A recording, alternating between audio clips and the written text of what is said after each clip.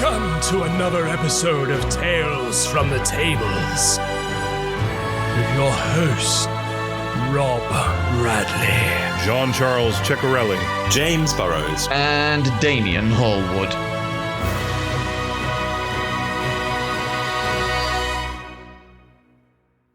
Hello, and once again we are without Rob, and what I hope that means is that I haven't messed anything up, which I got blamed for last week, and I wasn't even here to defend myself.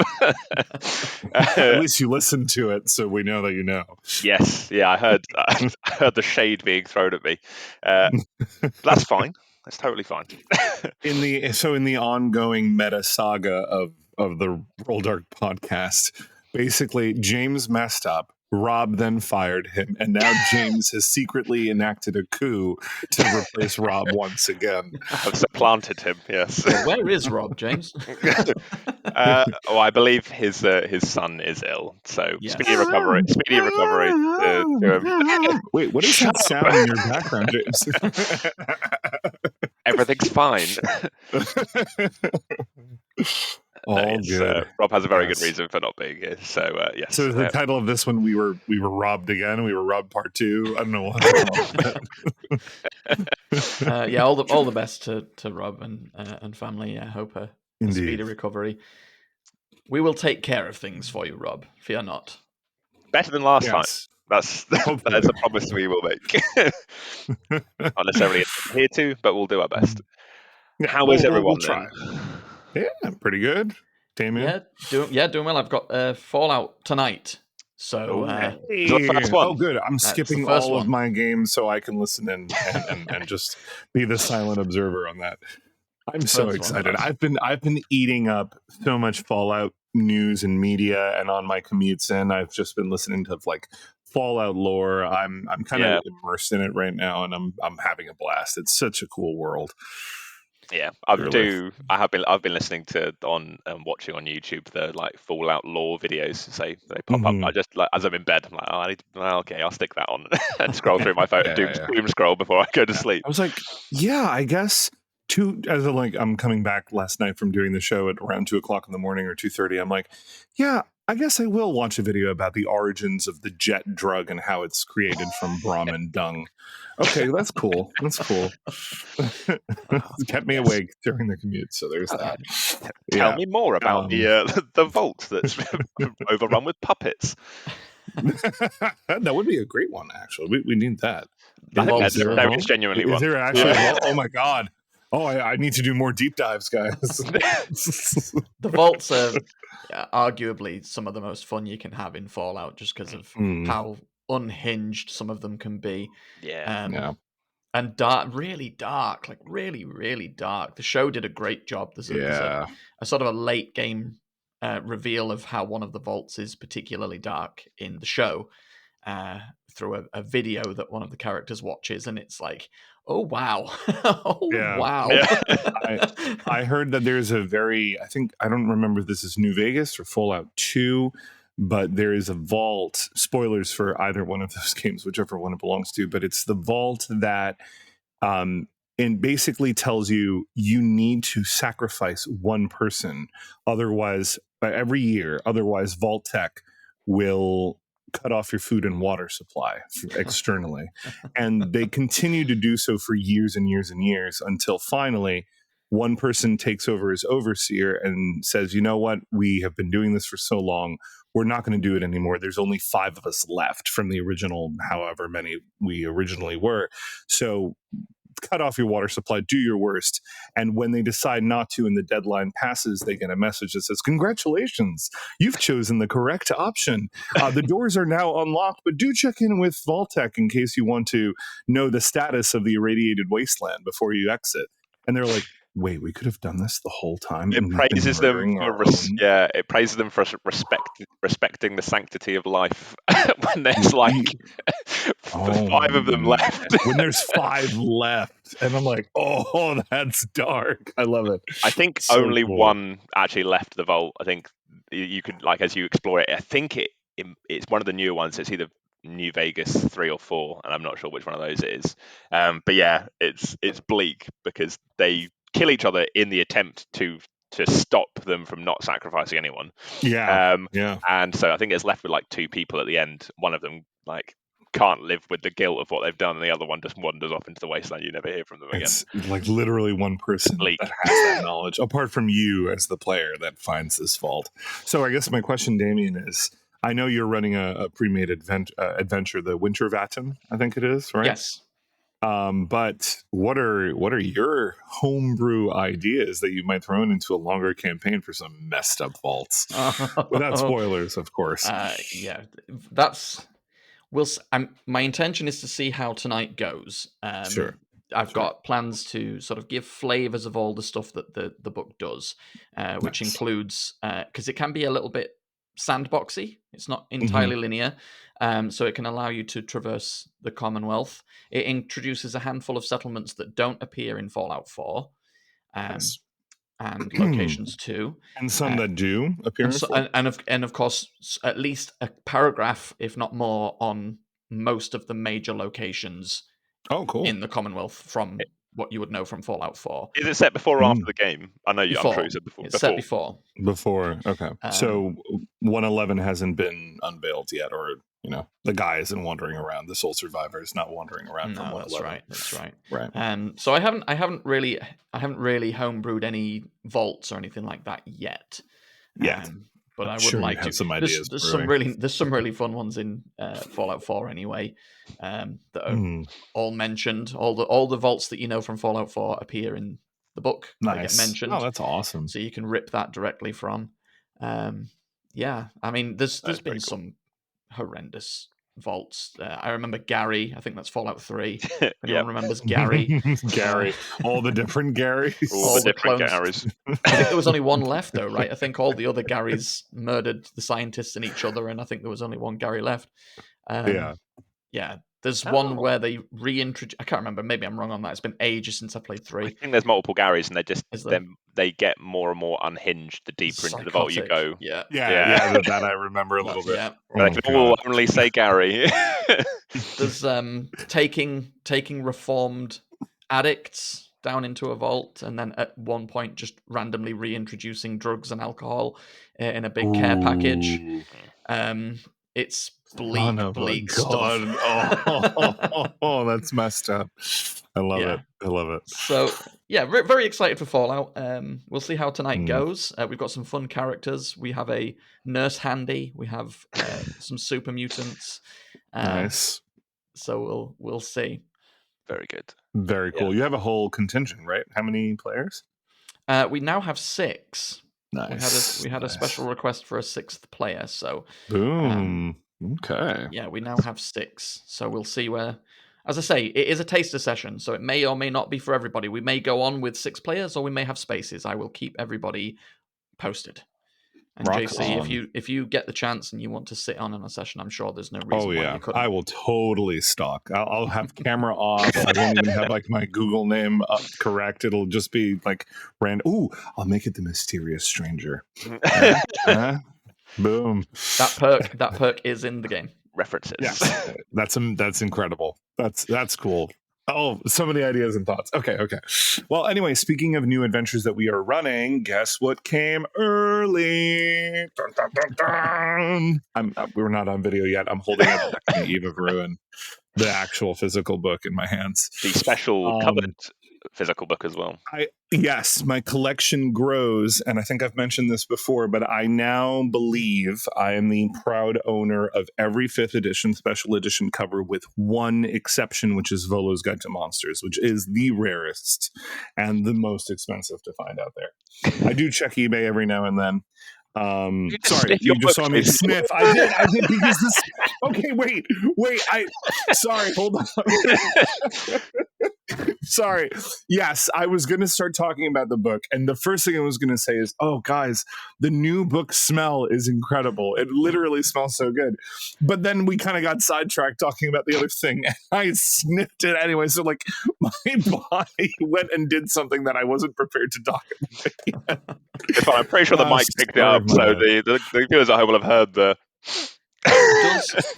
Does the book smell like a necromancer? It I don't know. I haven't smelled many necromancy. I was about to say absolutely, and then I was like, wait, JC, come up with a normal response. I remember I own somewhere I own a DVD copy of the Tim Burton Charlie and the Chocolate Factory, which does actually smell like chocolate when you open it. That's pretty cool. No, that's awesome.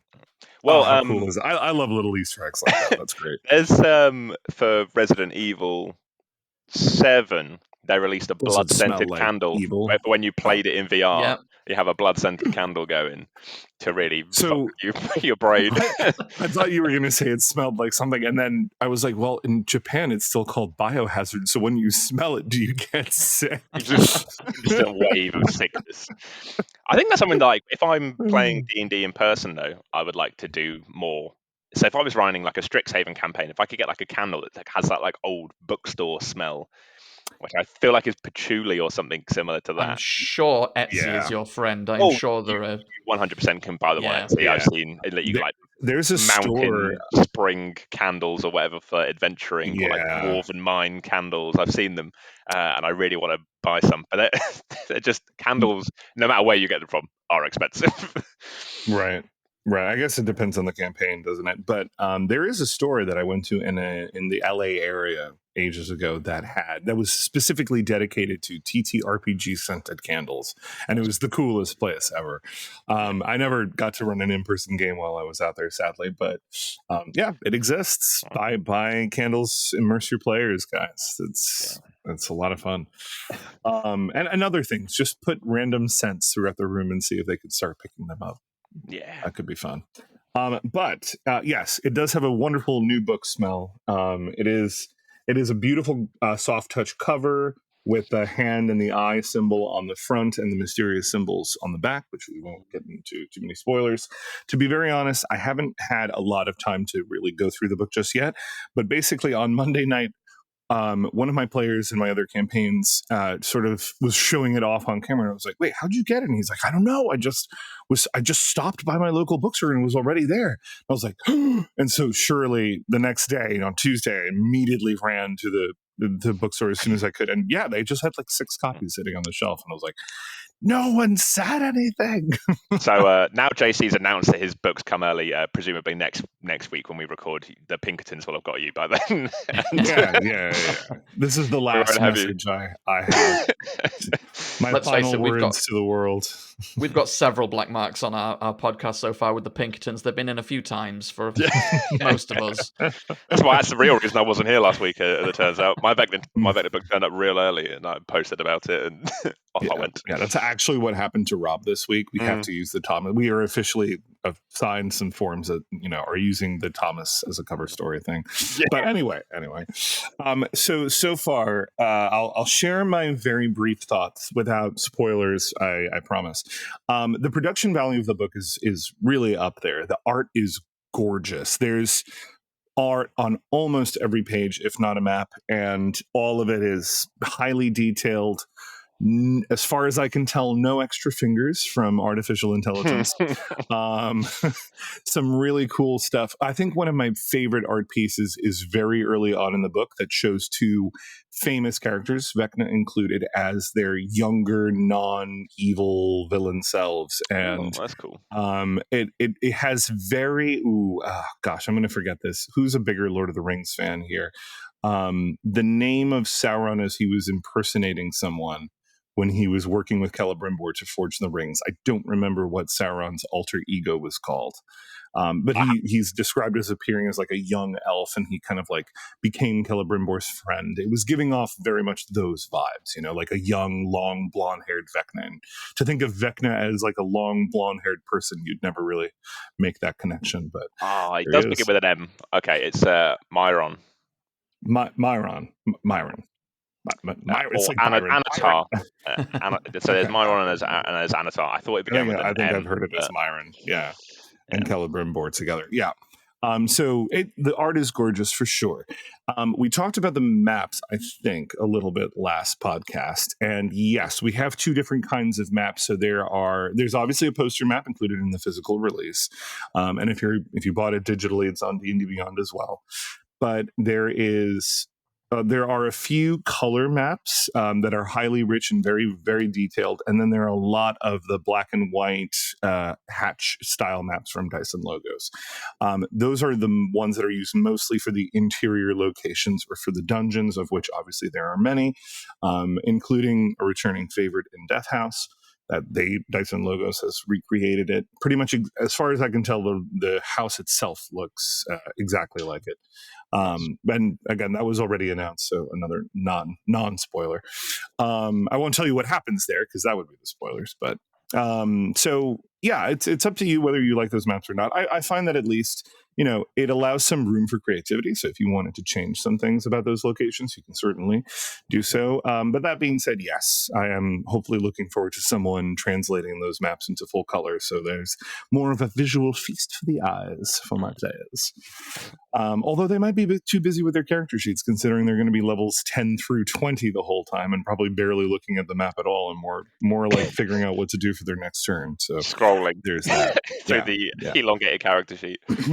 Yeah, for sure. My other preliminary thoughts, without having actually gone through the whole thing, is that, and here's my big thought. I feel like it's pretty much exactly what I expected, with the caveat or the understanding that it feels, as we were comparing it last week to Avengers, very high stakes all the time. It's go, go, go from the get-go. It's 100%, hey guys, the world is in trouble. You need to move quickly to stop some stuff. There's one sort of built-in area where they're like, yeah, your characters can take some time before they move on, but no matter how long it takes, this is what happens next. And that's really the only time early on that there's any sort of downtime allotted for in the adventure. So if you have some rich character backstories, or your DM wants to just maybe give you a break from the constant high level, high threat battles, that'll have to be added in manually. And I probably would recommend it so your players don't all burn out going combat to combat to combat, unless of course you have a group like that enjoys that thoroughly. I wonder if Carol, what do you guys think? I wonder if I think it makes sense, as I know what the general sort of outline for the adventure is and what your aims are throughout the adventure. And I wonder if, because you start at level 10, that this is going to be an adventure that people are bringing pre-made characters like from other campaigns into, and so that they haven't given you the room to work out the personal stuff, because either it'll be so deeply entrenched at this point with where you've taken a character from level 1 to level 10 already, that maybe a lot of that's resolved, and then you sort of maybe, I don't want to say tack it on, it makes it sound sort of probably a bit dismissive, but you add it on to the end of like an already completed arc, and then you're like, oh, and then it's go, go, go, go, and it acts as like an end to what is already like a pre-established campaign. But I guess, like, if I was to run it for Roll Dark, like you will start with players at level 10 who've probably not used those same characters before, and then new characters, and so it'll be up to us GMs to sort of build in that time to have character moments. And maybe if the players build their backstories around certain of the available, so if, for instance, there's a character who's escaped Barovia and they have to go back there, maybe that could be like a nice emotional touchstone there. In which case you'd have to sort of communicate with your players what are the areas you're going to, which is a little bit spoilery. If you haven't been following all the pre-release news and stuff like that.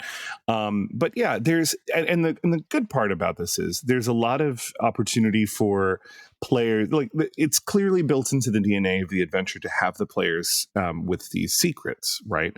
And it's similar to the Icewind Dale stuff, but there's also bigger secrets that the players learn that aren't necessarily related to their characters. I'm sure with a little bit of work, any DM could kind of be like, well, you know this because of this cool aspect of your backstory or an important NPC from your life that you're destined to meet again.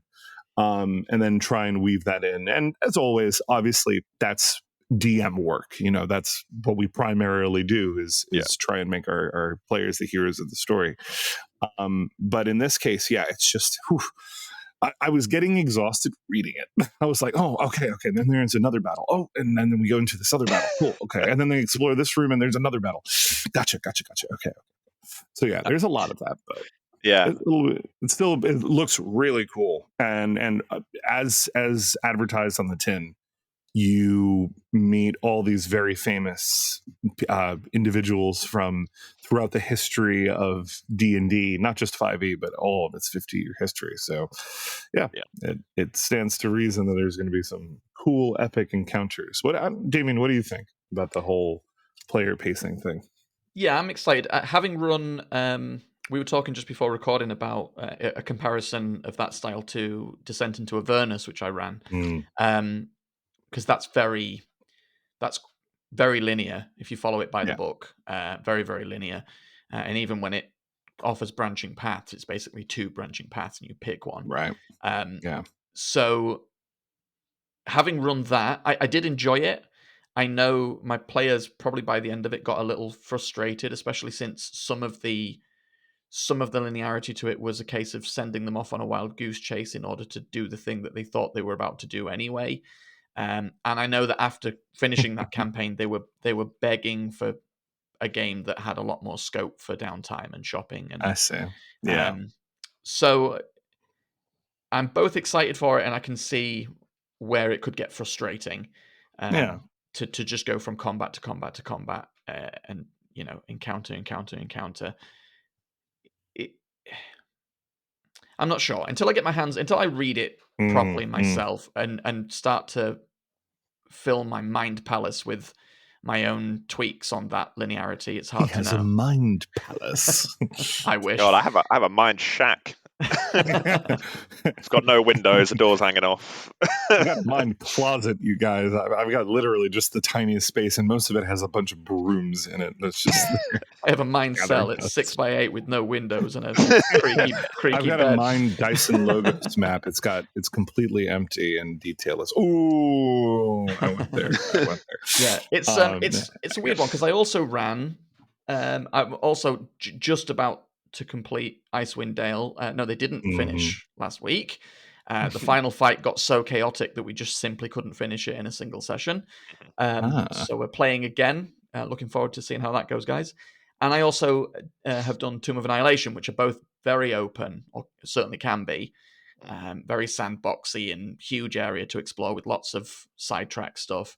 And equally, I've seen when players have got frustrated with that side of D&D as well, where it's too open, too sporadic, and too many side quests. It's can we just get back to the thing now? What are we doing? Yeah, can we have so focus? It's a fine line. It's a fine line. I don't know if either of you have a preference on. I do prefer an open world.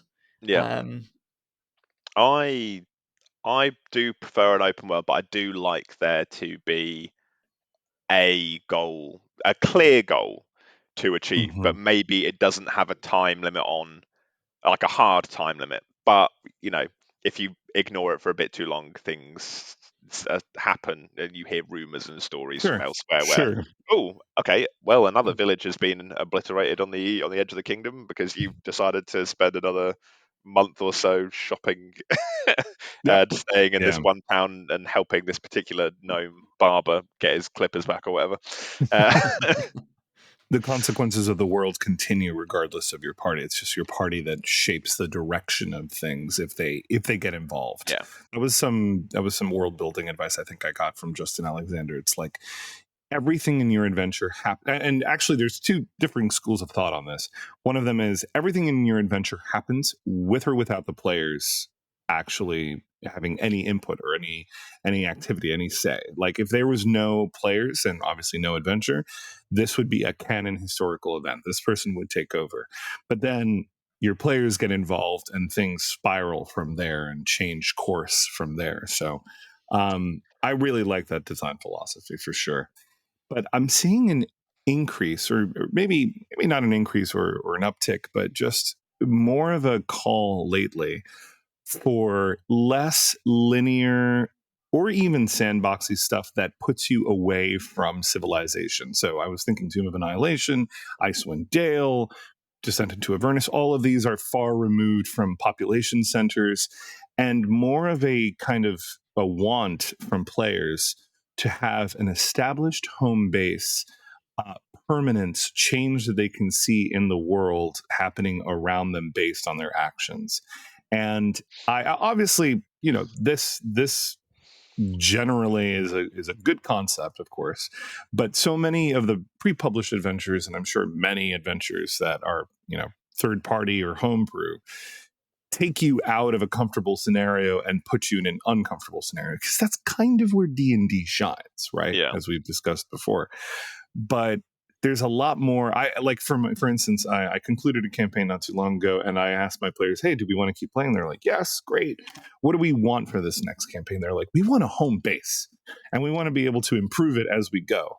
And I was like, "Yeah, okay, I can build an adventure around that where you like keep returning to that, and maybe that's literally the central point of the story is that base for whatever reason."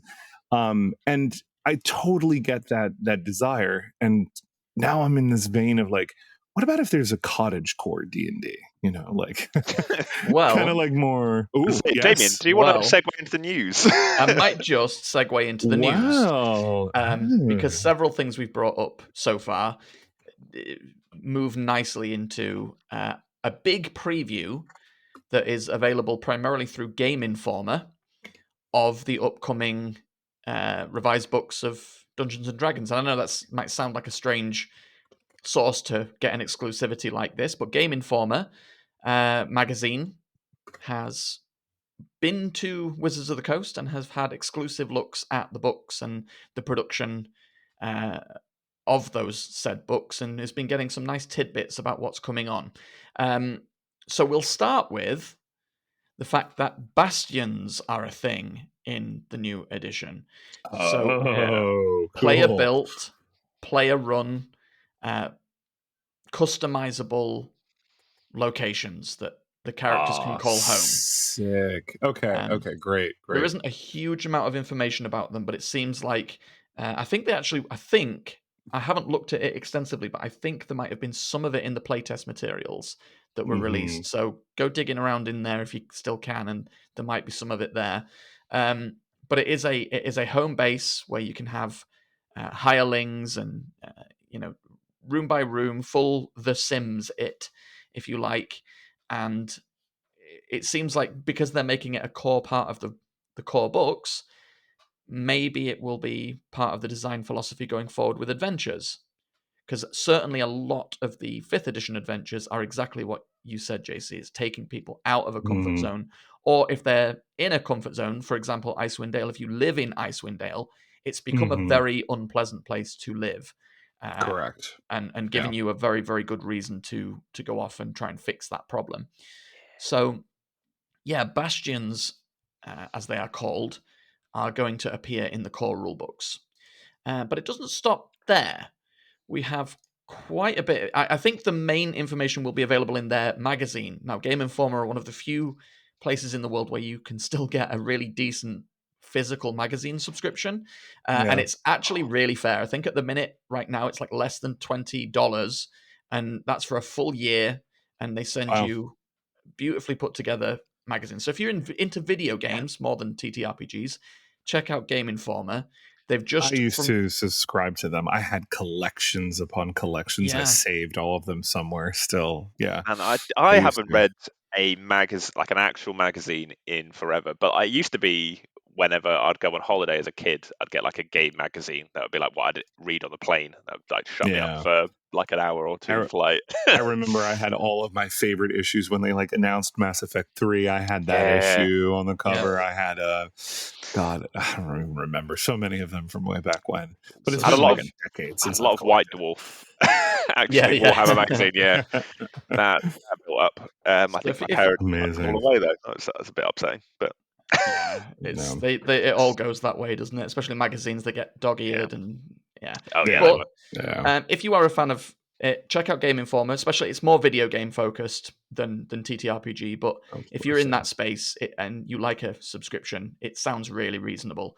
But they've got, it seems, pretty pretty large exclusive access to the production of these books, and have been showing off. You can see a lot of it on their website as well. It's not just in the magazine. Artwork of the Player's Handbook primarily, including the new cover. Yep, which has a dragon on it.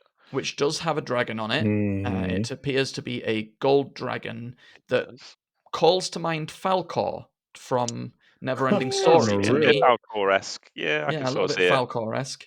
And a bunch of famed characters from D&D history kind of standing center stage with the dragon behind them. I think it looks like a few kobolds and another dragon at the bottom of the page there. Yeah, that's a red dragon at the bottom, I think. Yeah.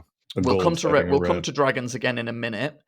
Yeah, is that because of the setting of the book, maybe, or the setting of the Player's Handbook? Yeah, for several reasons actually. We're getting a look at the cover. They have mentioned that there will be alternate covers. Whether that's going to continue in the style of JC's Grand Collection, I don't know. But they have said there will be alternatives. They've said that the spines of the book will be red, which I think, of course, calls back to the origins of the game, and that is not where that callback stops. It seems like the artwork in the Player's Handbook and the Dungeon Master's Guide that they've called out are going to pay homage to D&D's history extensively, including many, many images of famous characters. We've already talked about, I think on a previous episode, that the spell artwork in the spell section of the book will feature the spellcaster who's named for that spell, like Tasha or Bigby casting the spell. Oh, cool. Okay. There is artwork. There's a lovely piece of artwork been revealed of the characters from the cartoon. Yes, I saw that. Yeah, I did see that. They all actually looks really fun. Yeah, they all look a little older. They all look a little more realistic in the way they've been rendered, and it's a beautiful piece of artwork with a mimic and some goblins and a pseudo dragon and an owl bear. And I actually personally think that's a better image than the cover they released. I would like that as the cover. It feels very traditional D&D, like the very basically costumed heroes, obviously because it's that original cartoon party. But it feels also very Tomb of Annihilation. They're kind of coming up a stone stairwell that has a whole bunch of ancient art carvings and into a dungeon. And there's like an owl bear at the top peering around a tree looking at them, and the goblins in the bottom corner kind of looking up at them. It's very vertical, very cool. Oh, there's a mimic pot. There's a mimic pot. There's a pot with a mimic.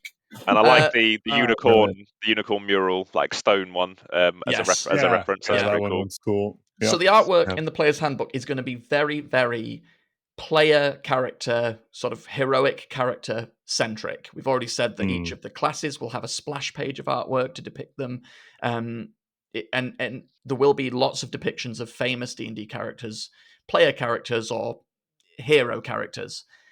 They've mentioned that the Dungeon Master's Guide will instead be filled with artwork for villains. And there sadly doesn't appear to be any of that yet. No, it's a way off, isn't it? The Dungeon Master's Guide, it's the last thing to come out. Oh, it isn't. It's the second. The Monster Manual is the last one, yeah. Oh, but there's been some stuff come out about that as well. I'm sure there has. Artwork for heroes in the Player's Handbook and villains in the Dungeon Master's Guide. Very excited to see some of that when that finally starts getting revealed. Cool. The spines of the book being red to pay homage to classic D&D. It seems like on the 50th anniversary that they really are playing up the history of D&D. And they said that the artwork in the books will not be Forgotten Realms centric. It will feature artwork from all of the different campaign settings as well. So not to kind of harp on Forgotten Realms. And in a surprising turn, at least for me, we mentioned previously when they released information about these books at PAX that the Dungeon Master's Guide would feature a section dedicated to a campaign setting to give Dungeon Masters a campaign setting off the bat with information and everything to kind of go at. And I assumed at the time that would be Forgotten Realms, and I don't think I was challenged on that assumption. Nope. Surprisingly, it's not. They have instead opted for Greyhawk. Greyhawk. I figured that would be their next one, which is interesting because Forgotten Realms is, I think, more high/heroic fantasy. And from what I understand, because I haven't played much in Greyhawk, that setting is more swords and sorcery. Yeah. Which a little bit grittier, fair. a little bit more traditional, right? Like, I think the official statement said they described it as a more discreet setting for gaming groups. Discreet. There's less fleshed out world building for it, I think, is their theory. I mean, there's still a lot, but that's sort of what I read was that there's less in-depth information about the setting compared to Forgotten Realms, where people can really get into that minutia. Whereas in Greyhawk, there's some. It's if I understand correctly, it's Gary Gygax's original setting where they played their first game. So that's another reason I think they've gone back to it, as well as to sort of like pay homage to that on the 50th anniversary. Especially since they are with Eve of Ruin and some of the core books heavily depicting some of the characters that originated from that setting. It all seems to be tying together. There will also be a poster map for it, and the map, I don't think the map, at least I'm not hugely familiar with Greyhawk, but the map doesn't seem quite as dense as the Forgotten Realms it's maps. not. No. So again, it's a little more, and this is I really love the 4th edition setting, which was sort of primarily focused around a location called the Nintia Vale, which was a much more discreet area that you could kind of play with. I have a whole 4th edition book that's a monster manual, but specifically for that region, and each monster has detailed history. It's a great book if you can find it. If you want a campaign setting that isn't sprawling but has lots of information for you to just pick at. So that's really interesting. That and it says it comes with a poster map too of the city of Greyhawk. So it's surprising, that's amazing. But not Very surprising. Cool. It also says that the article's also talking a little bit about the monster manual. It gives a figure of 75 new monsters with over 500 in total. Yes. So I think that number's gone up from previous numbers. Yeah, I think it has. Yeah, I think so.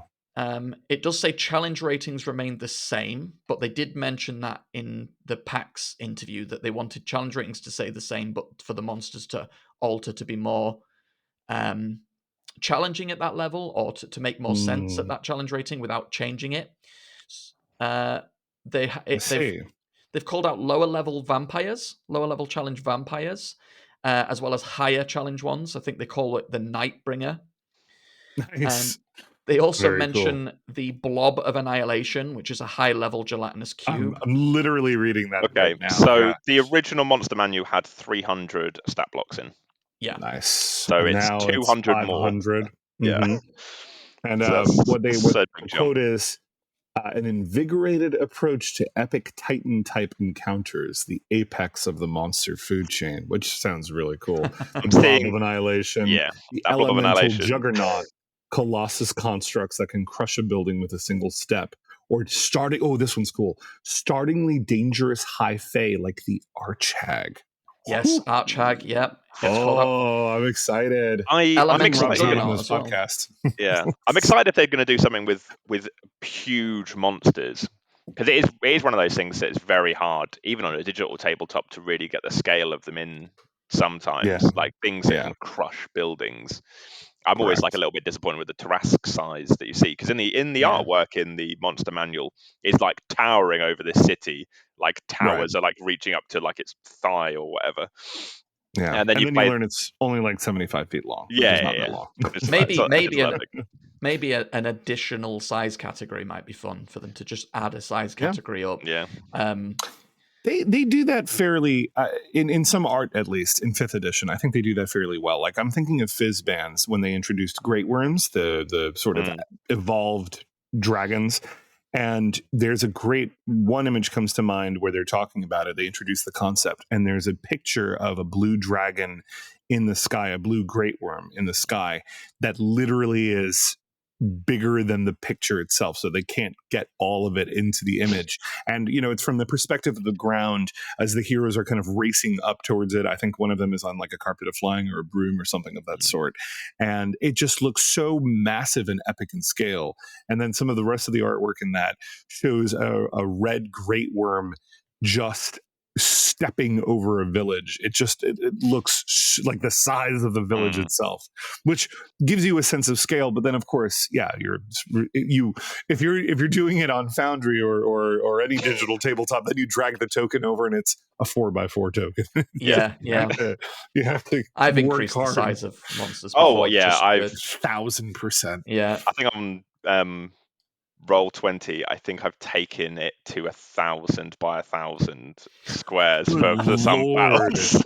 Not the monster, like the battle map, and then the monsters have been. Well, what I did recently do was, so I had a rock show up in my game. I called it Dwayne because I'm a nerd. But that rock, so the monster manual actually gives you the wingspan, the average wingspan of most rocks. It says is 200 feet. So I figured how many spaces that would actually be, and I made it that size. And I think for me, it was like a 14 by 14 on a 5-foot grid, or I don't remember exactly what it was, but I had a token where I measured the wingspan to be sure that it was 200 feet, and it dwarfed my players. They looked so small next to it, and I said, yes, this is what I need. I need them to look tiny compared to these enormous things. So yeah, I'm really excited for that too. Speaking of dragons, the article on Game Informer also does show some of the concept artwork for the redesign of the dragons. They've worked on all 10 dragons, 5 metallic, 5 chromatic, and they show the artwork for the red and bronze. And I think the design philosophy was to make the image show the personality of the creature, as well as give you an indication of its biome. That was their design philosophy. So the bronze dragon to me looks quite.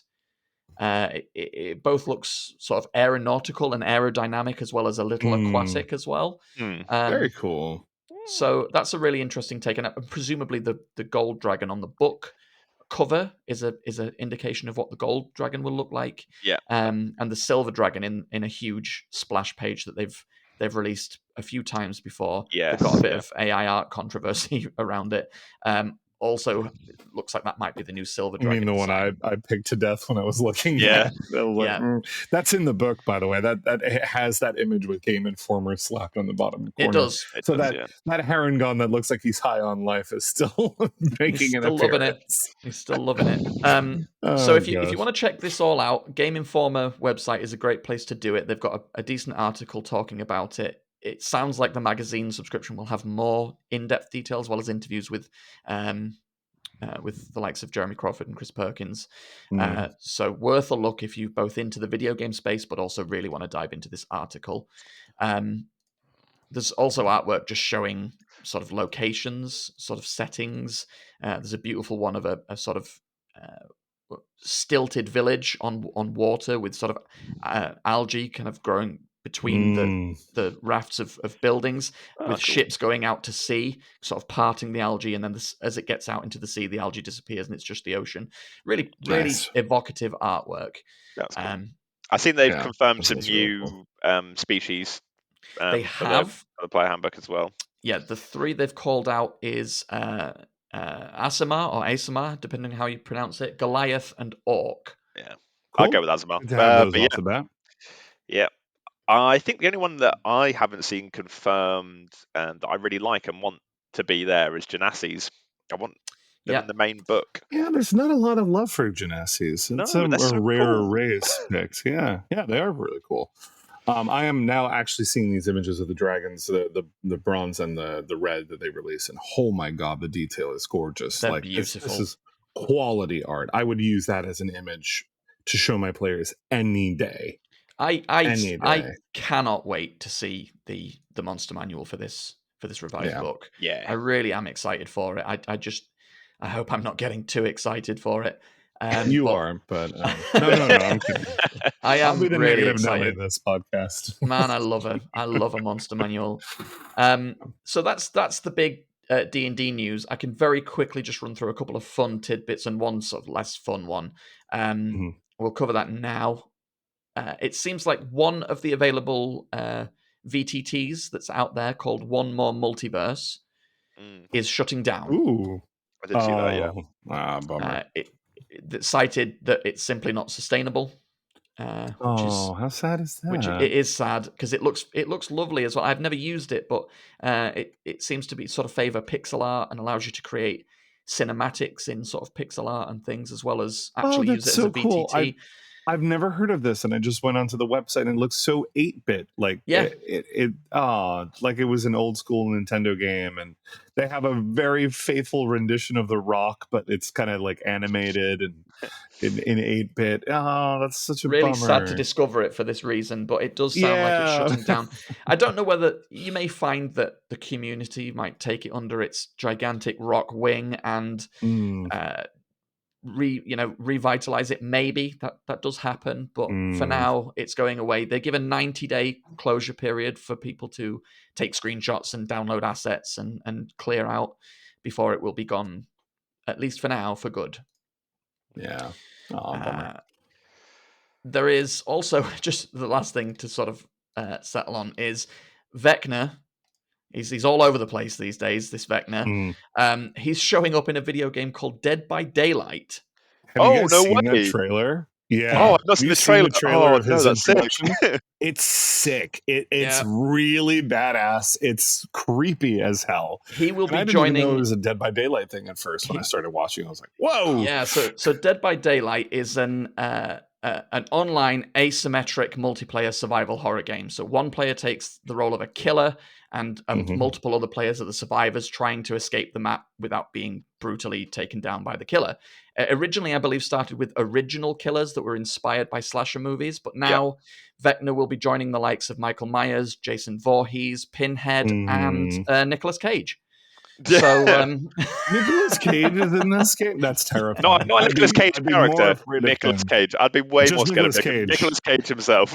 Hunting you down. He's just going around being like, "Come on, guys, I'm coming. Here we come." Yeah, no joke. He is in the game. So yeah, Vecna is showing up as the killer. So you get to play as Vecna. And here's the wild, controversial part about this, which I really love. Do you know who he's voiced by in that game? No. I haven't seen. None other than our beloved boy, Matt Mercer. Is it really? Which is interesting that this is all coming around the same time as all the D&D Beyond trailers for the Vecna adventure, where he's voiced by the same voice actor for Astarion from Baldur's Gate 3. So there's two different voice actors doing it for different projects, of course, and each one of them is equally awesome and badass. I think Matt gets more lines in his trailer than if we're keeping score, than the other one. But Neil, the Neil. Yeah.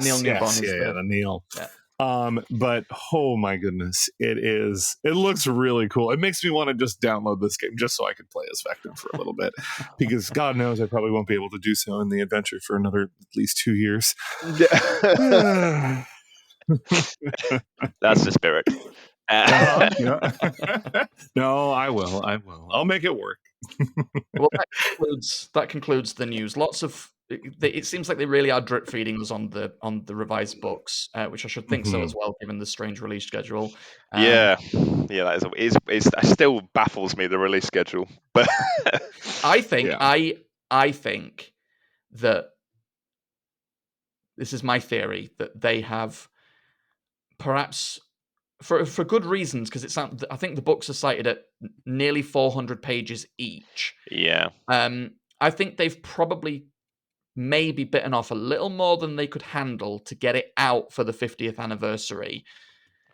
Yeah, to be fair, having worked in publishing, I mean, not in that side of it, but having worked with people who do that sort of thing, just printing books that big and as many as that they will need to get them shipped, I imagine doing it. They probably got dedicated printing presses that they work with, that they're contracted to work with. They might not have the capacity to do it all in one go. Yeah. All 3 books to have as many as they need. they've been talking so much about how much artwork they're using, and they've been getting so much heat about AI artwork that working with so many different artists as well is obviously challenging for schedules and completed works. Yeah. So it is probably a mammoth task for these books, and to get it out this year, which represents the 50th anniversary of the game, it was probably just pushing it a little too much for them. And so rather than push it out into 25, they're finishing each book and releasing it when they can, rather than in a one-er. Also, I suppose cash flow. I mean, this is really boring, but cash flow wise, you get paid for the first lot of books, and you can use that money to then pay the printers to print the next lot of books. And there's all that sort of boring, like businessy shit that you have to take into account for stuff like this. Thank you, James. You've reminded me, because I actually neglected this piece of news. It does look like we now have a price for the books. $49.99. So it'll be £49.99 because that seems to be how everything's fucking priced nowadays. All the video games. I'm happy to run a small business shipping for you. Buy them here in the US at your price. I'll ship them to the UK. I'll charge you basically more than you'd be paying in the UK anyway, but you get it directly that way. And I think pre-orders go up in June. Yeah. Nice. So around the corner, really. Yeah, so far actually. Yeah. I've forgotten when the release of the Player's Handbook is. Damien, do you have it down? I think it's August. Player's Handbook. Okay. November is Dungeon Master's Guide, and then February is Monster Manual. Okay. Gosh, I guess it's not away. It's not a huge gap between them. I guess it's like 6 months, isn't it? But it still feels long. Total. It'll feel long. But yeah. Still exciting though. Nice. Yeah. I'm excited. I have a small update for something that this is rather interesting. This is something that came up, I think, last podcast or maybe the podcast before. We were talking about what Harry was doing at Roll Dark Fest. This is our segment of Tales from the Tables, but it's filled with this because it is a tale from the table. We had all been speculating because Harry had a very unique costume where he was wearing printed pages and his table was laid out with DVD covers. And so we had no idea what was going on. And Harry reached out to us to clarify. So in his own words, the players found their way into a prisoner warden's office. Over in one of the corners was a shelf of famous operas, in quotes, which were the DVDs. They found on his desk a journal which detailed his favorite operas, again in quotes, which were the blurbs to 3 of the movies on the table. Once they figured out which movie/opera it was, they could open it and find a scroll inside. All the others had traps that would trigger if they opened them. And for your reference, guys, this table had at least 24 DVD covers. Oh, it was like packed. It was covered. Yeah, at least. DVD almost. And the best part is the warden's favorite operas were Resident Evil, presumably the first one. The second mention of Resident Evil tonight. I know, oddly enough. Twilight, New Moon. Classic choice. Mamma Mia. Another excellent choice. Amazing. So that's what was going on. And a half. That is oddly still leaves me with more questions than answers, but we'll leave it at that. That's definitely the DVD library of one person for sure. Yeah. Well, having said that, it's Harry's DVD library. He had the DVD. You shouldn't judge. He owned them. Brilliant. So there you have it. Any tales from the tables for you guys? Anything significant this past week happened? Icewind Dale for me. I mentioned before that Icewind Dale is shutting down, and we're finishing the campaign. We didn't finish this last week, just gone. The big fight. Because the big fight that takes place in the Spire, that's all I'll say, against a particularly harrowing enemy that sort of lives there, just got out of hand. It just got wild. So it's a relatively small encounter space. And it's filled with a handful of different creatures, including the boss, and one creature that it can move the players to a different location, is all I'll say. It's been a while since I've run this. Take a look. Take a look. You'll be like, oh man, especially when you find out where it sends them. So on top of all of that, our wild magic sorcerer rolled on the wild magic table and conjured a fog cloud in the middle of a very, very small space. Now, gosh. double checking with the great Jeremy Crawford, his line, and so I went with it, was that you do not have to maintain concentration on a spell summoned by the wild magic table. Right. That is correct. That does mean that the fog cloud is not affected by him taking damage. So the only way for a minute. So an hour.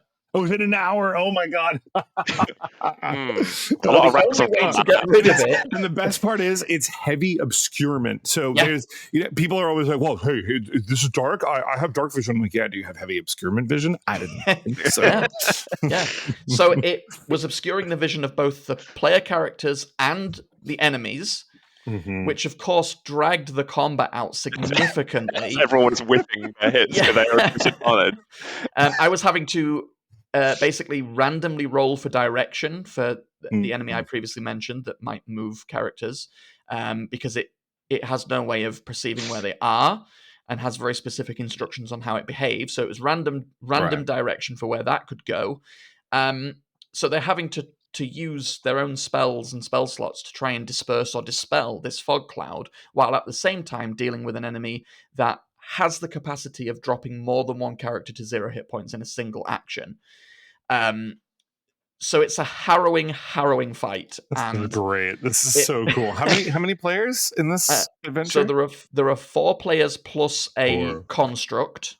Okay. They have also summoned some animals into the battlefield as well.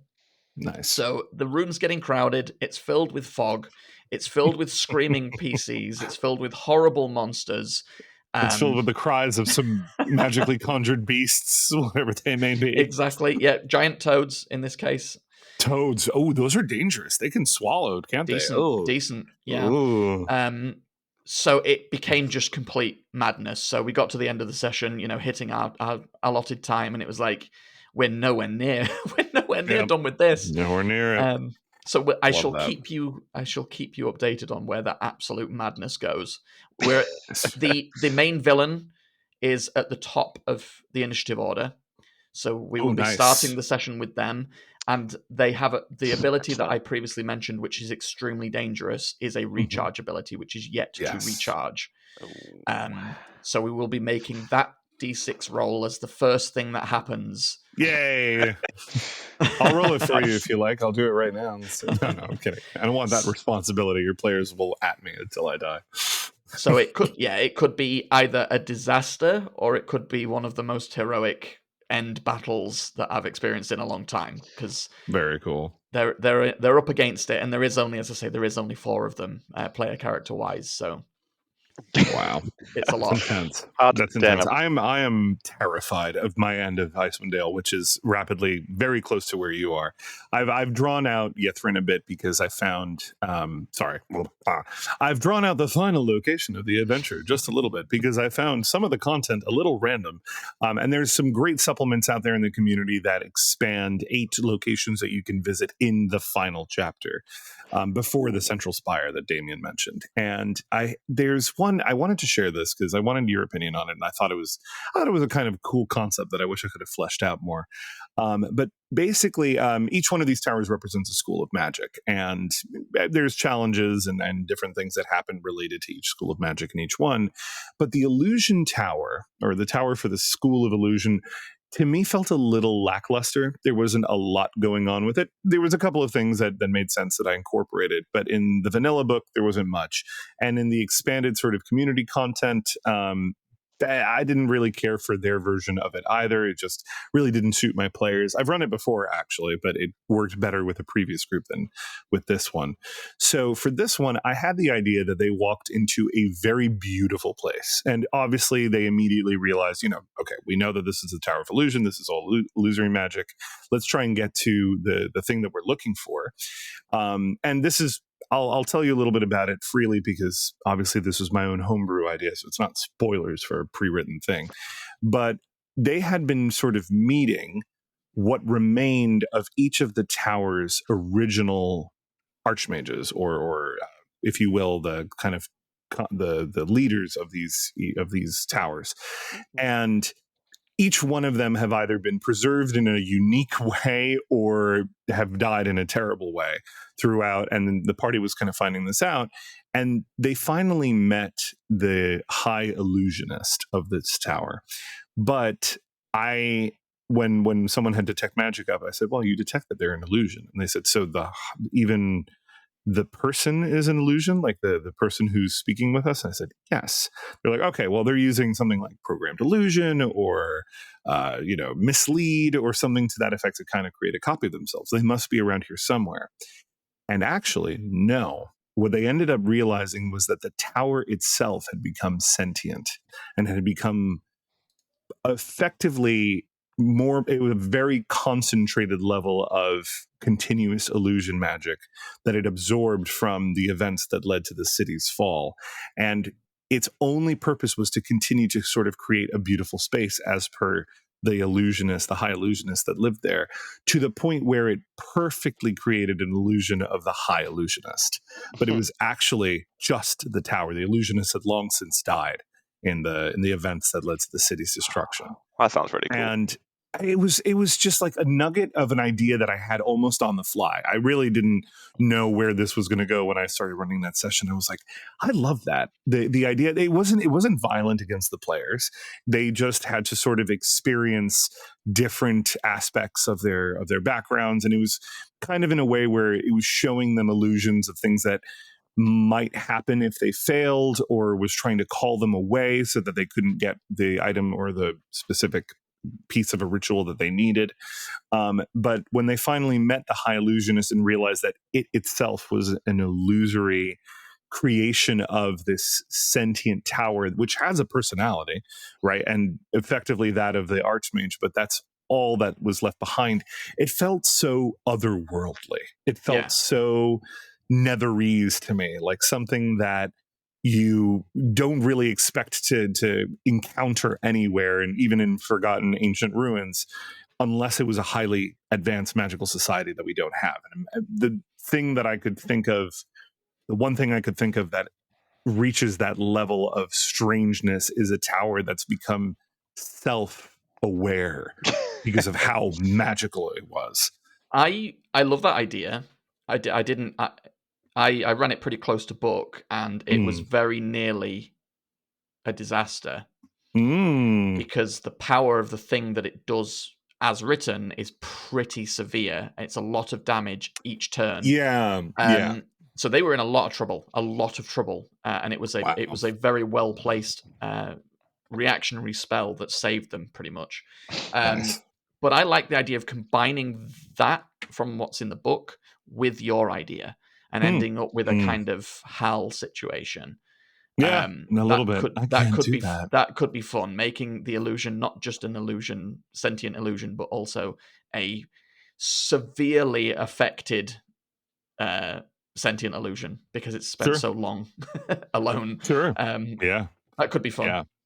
And just to round that off, as I said, I'm running sort of expanded towers, and the next one that they went to was a very morally challenging one, very different from what happens in the book. So I won't really go into it too much. But basically, they encountered a person who was being replicated by a different creature, and so they killed the creature and eventually found the real version of the remaining archmage that still survived, but was in a catatonic state. And I think the amount of roleplay that followed their discovery of the catatonic archmage, which they could either save, destroy, or leave alone, and those three options drove the party to these extreme moral questions, and there was actually in-character arguments.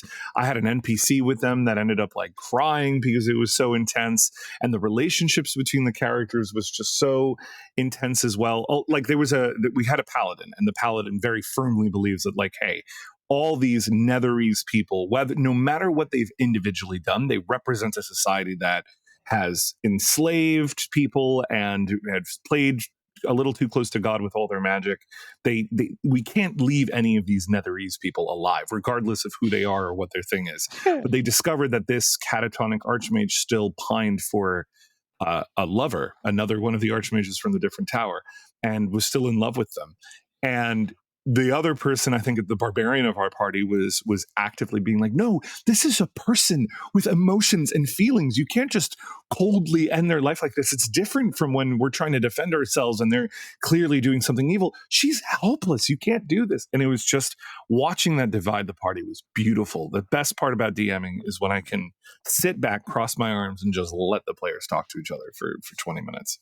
I had nearly that same thing in a different encounter in that book with a wizard that you meet who achieves a similar thing, a similar alternate version of themselves. Yes. Okay. We had a very similar moral debate on that individual too. Well, that segues lovely into my tale from the table. Perfect. Ooh, yeah, let's hear it. So last week I ran a game so it was a one shot for someone's birthday, where I think it was for 7 people, 5 of which played goblins. One played a centaur, and the other one was a human monk. Oh my lord. They were hired by a town to investigate some missing miners, and spoiler for my adventure that I ran myself. They were stuck due to a supernatural storm, and resorted to cannibalism, which summoned a Wendigo, which killed them all off and then started stalking the town. But on the first night, after they'd just come to the town and the mayor had just hired them to go and investigate the issue and find out what was going on, they heard some scratching and howling from a door, from the blacksmith's door across the road. And looking out the window, they could see that there was quite clearly a werewolf attempting to break into a house. So they immediately jumped out, murdered the werewolf, which turned out to be a small girl. Ooh, love that. Broke into the house, and it turned out there was some scrabbling from the other side of the door as well. They killed the second werewolf, which turned out to be the adult blacksmith. Investigating the house, they then found in the cellar one of the cages, the lock had not been done up properly, so it seemed like the young werewolf had got out and then tried to come home. The older male werewolf had broken through his cage, like the silver cage that they'd built in the basement, he'd broken the lock off and managed to open the door. And finally, in a third cage was a third werewolf, which they presumed to be the wife and the mother. Mom. Oh no!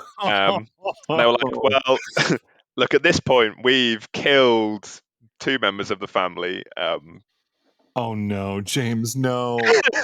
Do we finish it off, claim they were aggressive, all of them were aggressive, and we had no choice? Or do we just leave this werewolf where it is, only for her to awaken the next day human and find her family dead? Is that fair? So that was great. Yeah, just watching the players is it a mercy at this point, and right? discuss. Do we mercy kill this werewolf? I mean, it is a werebeast and it is dangerous. They recognise that but they've taken steps to mitigate that as best they can. But also, do we want to risk revenge from them? Right. But also her turning the town against us when if they know about this, and they know that they're not a threat, have we done something unforgivable here? So that's a thick moral dilemma right there. That's incredible. I love a werewolf story. And I love a werewolf story. After they killed the first werewolf, I was like, you can use healing to get them back up, and they were like, no, it's a werewolf. Then they killed, and that was a young child. They were like, no, it's a werewolf, it's gone. And then they killed the second one, And we're like, okay, you can raise this one from the dead. We're like, we're definitely not raising this one from the dead if we've not raised the small child. And then they got into the house and realized, oh, okay, this isn't just a wild beast, and it probably isn't what's been killing the townsfolk. There was something else because they didn't know it was a Wendigo at this point, right? I hate myself because the minute you described that first kill of the werewolf, the first few flute notes of Tom Cardy's perception check hit my ears. Move that body now. I was like, no. No, that's really cool. I love the idea of having a conflicted monster like a werewolf in a location where something bad has happened, but it wasn't them that did it. I love that idea. Yeah. I was like, it's a good red herring. I didn't expect it to go quite as far as it did. It went pretty far. Yep. Amazing. I think werewolves, unfortunately, are kind of pushovers as written, as presented in the MM, and later on they don't really pose much of a challenge because by level 5 everybody has some sort of Luke Gurus are great. Van Richten's Guide, for those of you who don't know, that's a stat block in Van Richten's Guide that presents a more powerful werewolf. But even non-mechanically, they're still they still kind of pale in comparison to vampires, as well they should. I've always been more of a vampire fan. But no hashtags here. But still, don't do it, James. I hear you. Hashtag Team Edward. All the World of Darkness players are like, no! No, but I feel like there's a really good story I want to tell with a werewolf that presents it as an extremely dangerous villain. Like, I don't know what that is yet. In Van Richten's Guide, there's a whole domain devoted to werewolves, and the lead werewolf, I think it's Harkon Lucas, is that story, is kind of interesting, but like it feels very low level, and I'm looking for one where like it is just savagery incarnate and the most terrifying thing. And it's still the mystery of who could it possibly be? Because you don't know. It's an innocent person who's maybe not even aware of what they're doing while they're in their normal form. It's only at night or under the light of the moon, depending on your myth, that this becomes a real problem. So I don't know what I want to write that one shot one day. I prefer, because there's some you get some werewolf stories where they still have that sort of part of their human brain is still in there somewhere, and they're able to direct themselves. Like in Discworld, there's Angua, the werewolf watch, who's a member of the City Watch and uses her nose to like sniff out and track people, which is a cool way to do werewolves. But yeah, also the idea that there's someone that this is a thing that is happening to them. Well, I mean, the werewolf in some ways did get a last laugh as one of the goblins was infected with lycanthropy. So, speaking of that, if you want a twist on a sort of a lower level, but a twist on the vampire, I'm doing it now. The werewolf story with a different monster related to goblins. Then the Barghest. Oh, the Barghest. Oh, yeah. Is a fun sort of goblin lycanthrope, which would make it. I wrote an adventure a murder mystery adventure in a goblin village where the Barghest was sort of the villain. That's a fun twist on the lycanthrope story. Check it out for sure. It's they leave us with a lot of nuggets for really cool monsters that can be very much the center of their own mini adventures or even one shots or longer campaigns. Even just something like the Invisible Stalker and the way that the only ways that its invisibility can be overcome. I've actually from two different schools of thought on this. There's a school of thought that's like, here's some mundane ways that you can break its invisibility or you can see its invisible form versus you still have things like True Sight and See Invisibility and all these other spells that can help you do so, or Blind Sense, whatever. But I'm from the school of thought that said, no, this is the only way to make it visible. True Sight doesn't work. See Invisibility doesn't work. You need to have these very mundane, sort of almost folklorish ways in order to see through its invisibility. Yes. Kinderstadt from Buffy comes to mind. That's exactly that. And I think there's an aspect of that in the stat block as well. I think 3 of the ways, I can look it up really quick, but one of the 3 ways it can be seen is only by children age 10 and younger.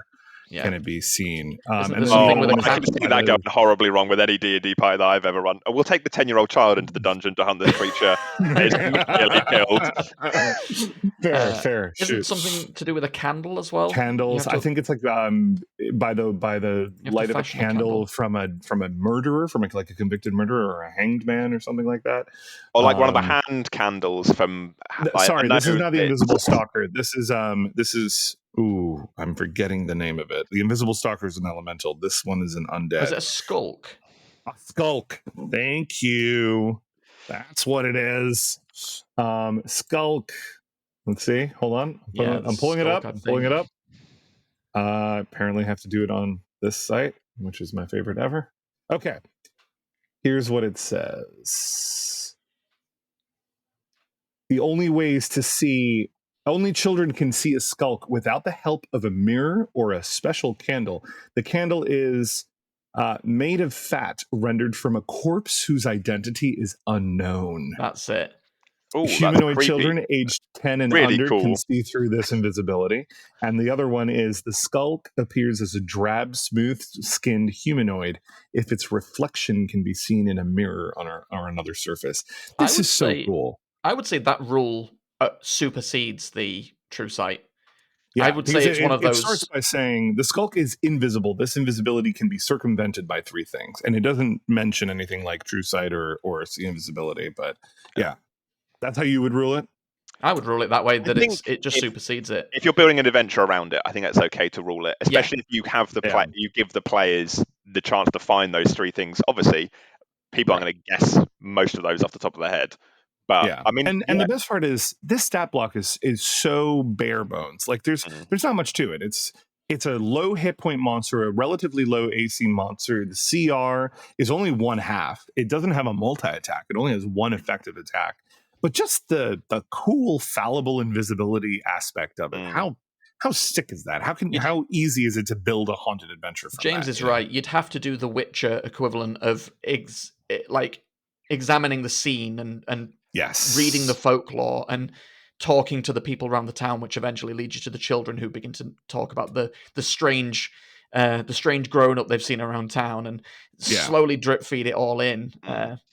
Right. That's honestly the best way to introduce any monster, I think, is the Witcher style. Right. See the scene, talk to people, build up the suspense and the dread from the ground. Not, hey, there's a random thing that you guys suddenly feel. You take 1d4 slashing damage as you're walking down this dungeon corridor, but none of you can see it. There are three big monsters that I want to set a campaign around that I can think of the top of my head, and they're all demon princes. I want to do a Lolth campaign. Yeah. I want to do a Dewiblex campaign. Nice. Very, very the blob, and I want to do a Zugtumoy campaign. Oh, the mushroom. Zugtumoy would be really cool. Yeah. I did one based around who's the Minotaur, the maze one. Oh, Baphomet. Is it Baphomet? Yeah. Baphomet. It's Baphomet. Yeah. Baphomet. Yeah. Loved that. I love a good maze. It was really fun. I had basically like a one shot in a different session, because someone's patron was Baphomet and they wanted to break their pact. And I said, well, there's a physical copy of your contract that exists in the Hall of Records, but that's a labyrinthian maze stalked by Baphomet's sort of, massive Minotaur minions, if you will. And then, they were killing Minotaurs and trying to find it. They were using magic to try and locate the contract, and they found it, and they were getting ready to destroy it. And that's when a Garistro demon broke through and was like, surprise, motherfucker. Is Baphomet's the one that's the sort of hunter, isn't he? The Horned Lord.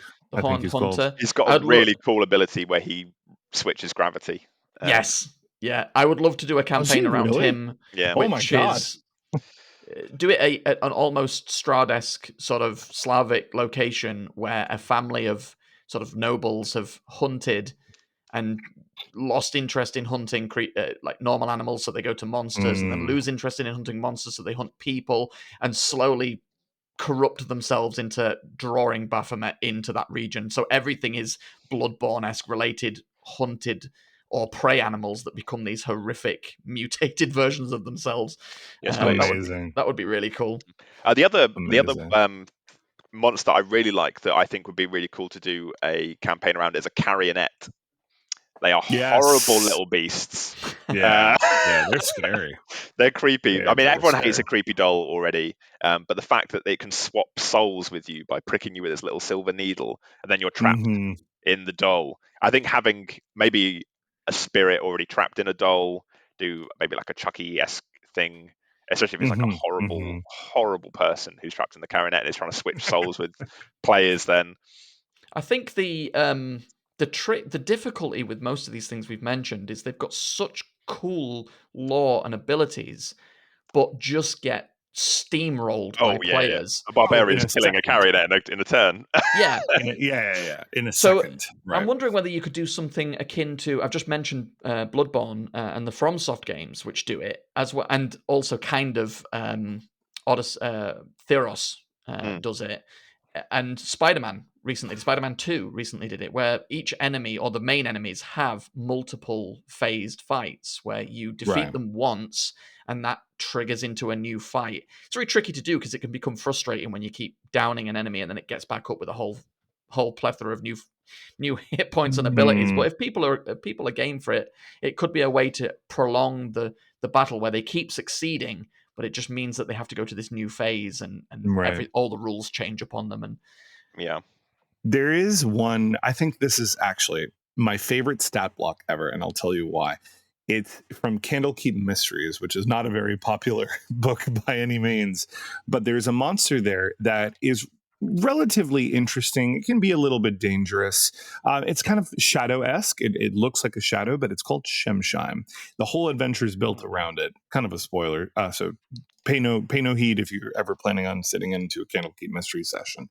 But it can't be killed unless something very specific is done first. It has, I think, I can't quite remember if it has immunity to all damage until that's done and all conditions and whatnot, or if it just respawns once it hits 0. But a very clever aspect of its stat block is that you need to enact this exact certain event before the creature is vulnerable and can be destroyed.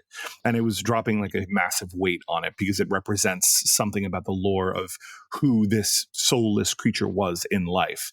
That had a weight drop on them or went down a well. And the whole time it's set to this like creepy little tune, a nursery rhyme-esque song that's going on in the background, and they have to read the pop-up book of how Shemshime has ruined a village and caused so many deaths and stuff like that. It's a wonderful idea that I think more monsters deserve. Like, you cannot hurt or damage or kill this thing until you find its weakness, until you do this one thing that requires it, and you can't glean that from just fighting it. You have to learn about it first. I had an encounter with harpies that were basically invulnerable unless you used arrows made of manticore spines. Ooh, the manticore was awesome. their primary predator. Right. A very Grecian, when I was still a very Grecian kind of idea of, sort of manticores and harpies. But yeah, they had to go and hunt the manticore to get the spines to then craft arrows that could land the killing blow. You could pummel them, but you'd have to get the killing blow with a manticore spine. You could also just get in melee and stab them with a manticore spine, but yeah. Right. Whatever it required, or however you did it, it required a manticore spine, which is awesome. I love that kind of stuff. I think, honestly, I've been challenging myself more, and I might have mentioned this way back in a previous episode. I'm not sure. But I'm trying to challenge myself on having more dynamic and interesting monster encounters. So things like that, where they have a specific weakness or something must be done before they can be injured. Or I had this really cool one, the idea of a golem made out of these crystals that are reactive and can learn from anything that happens to them. So if you hit it with any kind of damage, slashing, bludgeoning, piercing, elemental, fire, whatever it may be, radiant, necrotic even, it'll take the damage as normal, but then it will adapt. And and there will be a visual cue, maybe the crystal glows or pulses, and then it will suddenly have resistance. And the next time it's hit by that attack, it'll take only half and then pulse again, and it will be completely immune. And then if it takes that damage a third time, aka 3 Eldritch Blasts, if you're fighting as a 11th level warlock, it won't be immune. It'll heal from that type of damage.